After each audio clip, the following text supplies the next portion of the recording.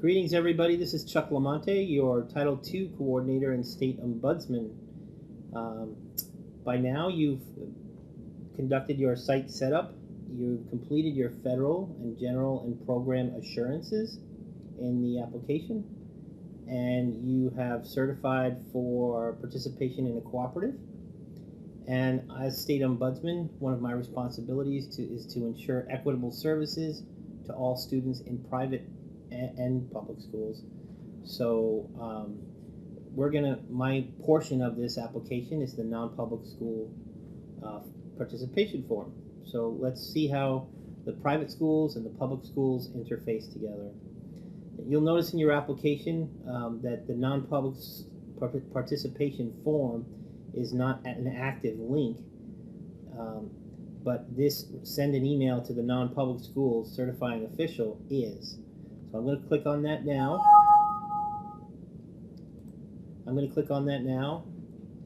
And send an email to those non-public certifying officials. You'll notice here on this page there are two non-public schools within the boundary lines of the LEA. So if you don't have any public schools, you don't have to worry about this section at all. This won't even be populated for you. For those of you that do have non-public schools and you have more than one, it's critical that they'll all be listed here, every single one of your approved non-public schools.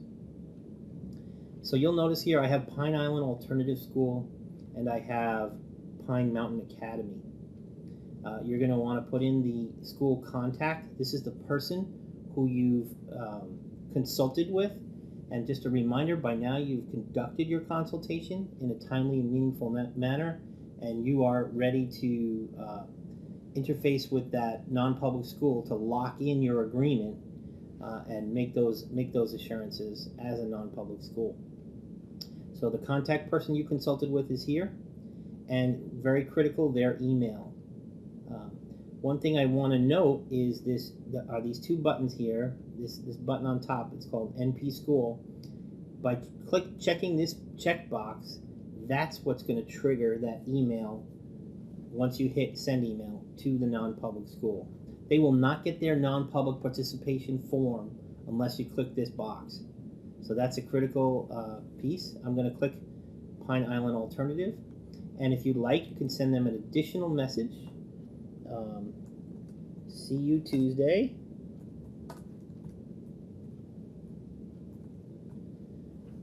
And send your email. So you'll notice on the bottom, I'm gonna once you've sent that email, you can return to the ESEA menu, as I'm doing now. Just want to go back and make a note for you.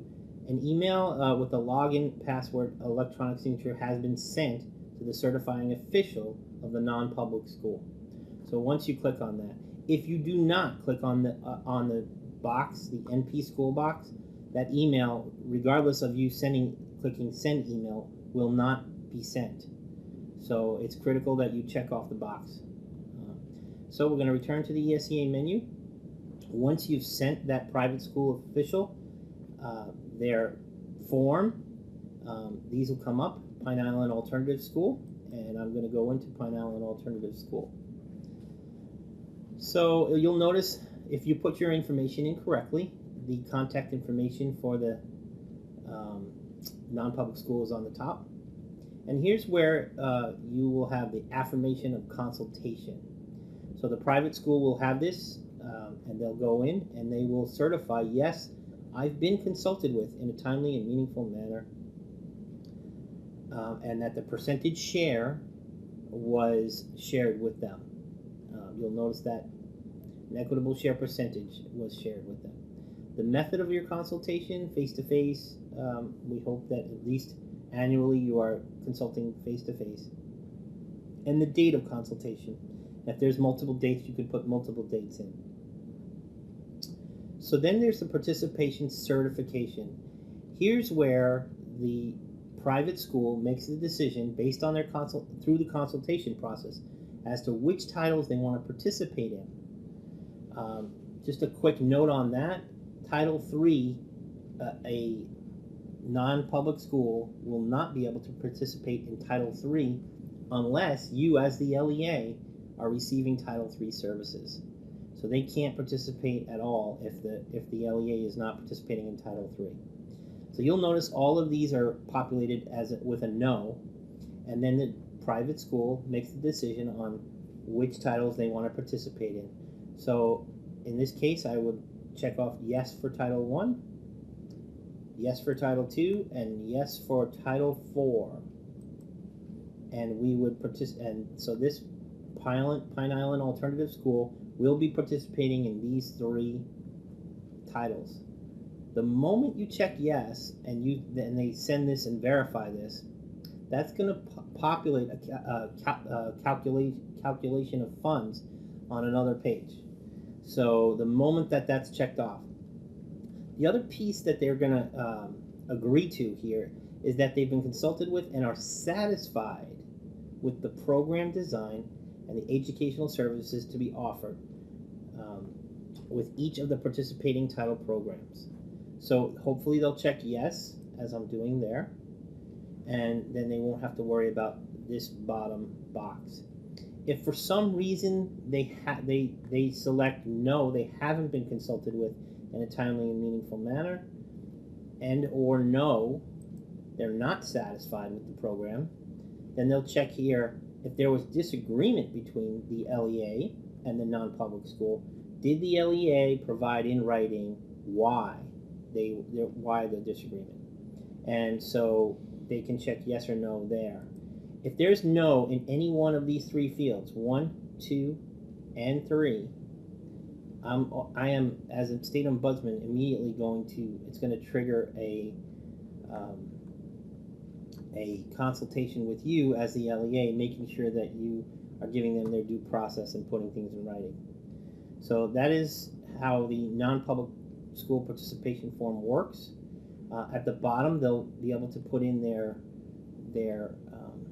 PIN number and then the date, and they'll certify that, and you'll be off and running. This will lock in the agreement. If they check off yes in these boxes, then, and now I can't get rid of these buttons, but if they check off yes in these boxes, it automatically locks you in as you've been consulted with, you agree, and you're satisfied as the non-public school. So that's a binding agreement between the public and the non-public. So what that would do is trigger and populate this field down here. That's calculating funds for the non-public school. And you'll notice we have calculating funds for Title 1, 2, and 4, the fields that we checked off. And here they are. There's money in each of these fields, and the amounts being transferred out into other titles. So you have this. There's nothing you can do with this other than to certify that these numbers are correct and just look at them. But there's no formal certification. There's no fields to enter here under the calculating funds for non-public schools. It's just for your viewing to see that what's going where.